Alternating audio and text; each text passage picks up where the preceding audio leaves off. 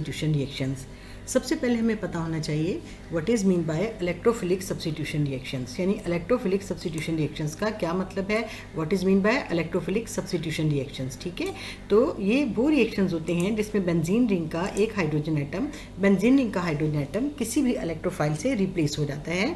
ठीक है, we have benzene ring और बेंजीन मॉलिक्यूल। तो बेंजीन मॉलिक्यूल का हाइड्रोजन एटम किसी भी इलेक्ट्रोफाइल से रिप्लेस हो जाता है इन रिएक्शन के दौरान, और रिएक्शन के बाद जो प्रोडक्ट हमें मिलता है, जहाँ से हाइड्रोजन एटम बेंजीन रिंग से निकलता है वहीं पे इलेक्ट्रोफाइल आकर अटैच हो जाता है। ठीक है, हाइड्रोजन एटम बेंजीन रिंग से निकल गया और इसकी जगह इलेक्ट्रोफाइल बेंजीन रिंग के साथ आकर अटैच हो गया। This is electrophile which take the place of hydrogen atom, right, and as a result of electrophilic substitution reaction here we get the mono substituted benzene, यानी इलेक्ट्रोफिलिक सब्स्टिट्यूशन रिएक्शन के result में हमें जो है वो mono substituted benzene मिला, यानी benzene ring का एक हाइड्रोजन एटम एक इलेक्ट्रोफाइल से रिप्लेस हो गया। ठीक है स्टूडेंट्स, यहाँ पे हमने एक टर्म यूज़ की है electrophile. Here we use a term electrophile. Electrophile we must know what is mean by electrophile, यानी इलेक्ट्रोफाइल क्या होता है, व्हाट इज इलेक्ट्रोफाइल। तो इलेक्ट्रोफाइल जो है आमतौर पर ऐसी species which is electron deficient, right, a species which is electron deficient is known as electrophile, right. और हम देख सकते हैं कि इलेक्ट्रोफाइल पे प्लस चार्ज मौजूद है, यानी ये ऐसी स्पीशी होती है जिस पे कोई प्लस चार्ज होता है। ठीक है, a positive charge species is known as electrophile, right, और it may be an electron deficient species. ठीक है, I hope this is clear. Now students, we will see the general mechanism through which the electrophilic substitution reactions proceeded। अब हमें मालूम होना चाहिए कि electrophilic substitution reaction जो हैं उनका जनरल मैकेनिज्म क्या है before going to study in detail about these reactions. ठीक है, let's see what is the general mechanism of electrophilic substitution reactions. तो जनरल मैकेनिज्म जो है, there are 3 steps of general mechanism for the electrophilic substitution reactions। General mechanism में 3 steps involve हैं। अब हम देखते हैं कि what are the 3 steps for general mechanism. The first step involve the formation of an electrophile. तो first step में क्या होता है, formation of an electrophile,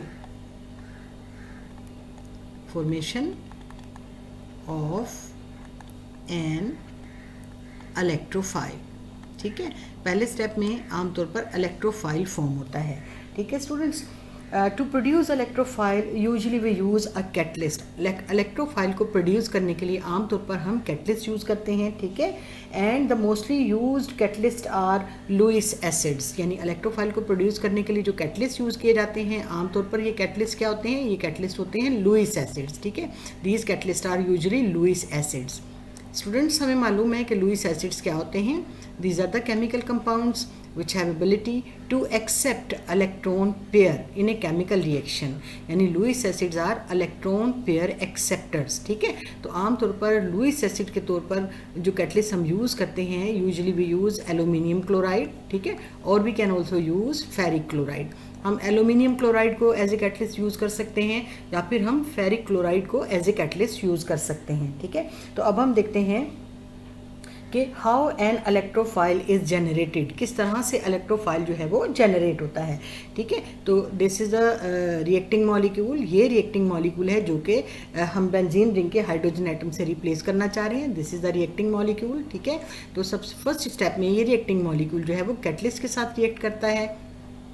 it react with catalyst, right, and after that हमारे पास इलेक्ट्रोफाइल जनरेट हो जाता है। We get electrophile as well as the second part of the reactant added with catalyst, ये कैटलिस्ट के साथ अटैच हो जाता है,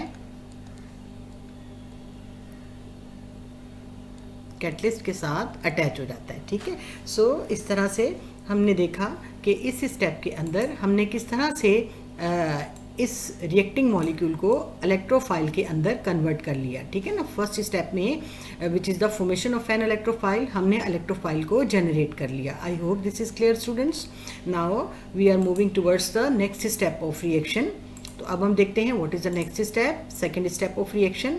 रिएक्शन का सेकेंड स्टेप हमारे पास क्या है, तो second step is usually involve the attack of electrophile on the aromatic ring, यानी सेकेंड स्टेप में हमारे पास क्या होता है, electrophilic attack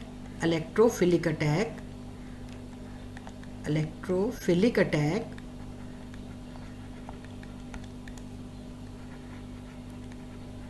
electrophilic attack on aromatic ring. ठीक है, अब हम देखते हैं कि इलेक्ट्रोफाइल जो है वो एरोमेटिक रिंग पे किस तरह से अटैक करता है।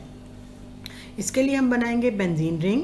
ठीक है, जब भी हम mechanism whenever we want to explain mechanism, जब हम mechanism को explain करेंगे, we will never made a circle inside the benzene ring, that is the Robinson circle। हम कभी भी बेंजीन के अंदर सर्किल नहीं बनाएंगे, बल्कि हम पाई इलेक्ट्रॉन्स को लिखेंगे। ठीक है students, so this is an electrophile। when this electrophile come close to the benzene ring, come under the influence of benzene ring, जब ये electrophile benzene ring के करीब आता है, then the pi electron of benzene ring will attack on this electrophile। Benzene ring के pi electron इस electrophile पे attack करते हैं। ठीक है, and as a result here, यहाँ से बेंजीन रिंग की पाई इलेक्ट्रॉन डेंसिटी, जिस कार्बन का पाई इलेक्ट्रॉन इलेक्ट्रोफाइल पे अटैक करेगा, वहाँ से पाई इलेक्ट्रॉन डेंसिटी कम आउटसाइड द रिंग, रिंग से बाहर चली जाएगी। इलेक्ट्रोफाइल इस कार्बन से अटैच हो गया और इसके साथ साथ ये हाइड्रोजन एटम है जो इस कार्बन से अटैच है। This carbon is electron deficient.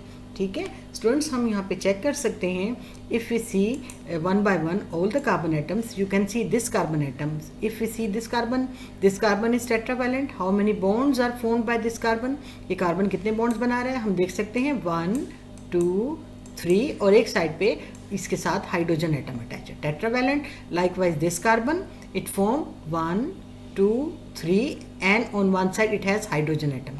likewise this carbon। ठीक है, likewise this carbon। बिल्कुल इसी तरह से अगर आप इस कार्बन की वैलेंसी चेक करें तो ये कार्बन कितने बॉन्ड बना रहा है, 1 2 3 4। This carbon is also tetravalent. Clear students, now if we see this carbon atom, अगर हम इस कार्बन एटम को देखते हैं तो देखें ये कार्बन कितने बॉन्ड बना रहा है, 1 2 and on one side it has hydrogen atom, इसके एक तरफ हाइड्रोजन एटम है। ठीक है ना, this carbon is not tetravalent. ये वाला कार्बन जो है ये टेट्रावैलेंट नहीं है। असल में यहाँ से जो पाई इलेक्ट्रॉन डेंसिटी रिंग के बाहर गई है तो उस पाई इलेक्ट्रॉन में एक इलेक्ट्रॉन इस कार्बन का था। ठीक है ना, when pi electron density shifted in outside the ring और इलेक्ट्रोफाइल ने उसके साथ सिग्मा बॉन्ड बना लिया तो this carbon becomes electron deficient, जिसकी वजह से इस कार्बन पे ये प्लस चार्ज आ गया। ठीक है, carbon with plus charge is known as carbocation और कार्बोनियम आइन। ठीक है, क्योंकि पूरे बेंजीन रिंग के ऊपर ये प्लस चार्ज आ चुका है, benzene ring it has a plus charge, that's why it is also known as benzenonium ion. हम इसको बेंजेनोनियम आइन भी कह सकते हैं, और simply it is known as phenonium ion. ठीक है, हम इसको फिनोनियम आइन भी कह सकते हैं। तो अब हम ये जो हमारे पास मॉलिक्यूल बन गया है, अब हम इसका नाम लिखते हैं, दिस इज फिनोनियम आइन, फिनोनियम आइन और बेंजोनियम आइन। ठीक है, I hope second step is clear to you. Now students, we will see what is the next step of this mechanism। mechanism का third step हम देखेंगे। ठीक है, अब हम देखेंगे कि actually what will happen in the third step। third step के अंदर असल में क्या होता है। third step involve the loss of proton from the aromatic ring। यानी third step के अंदर होता क्या है, third step loss of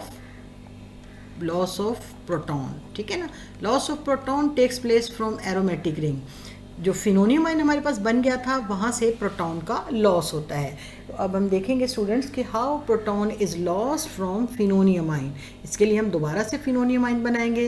we made phenonium ion, right, like this.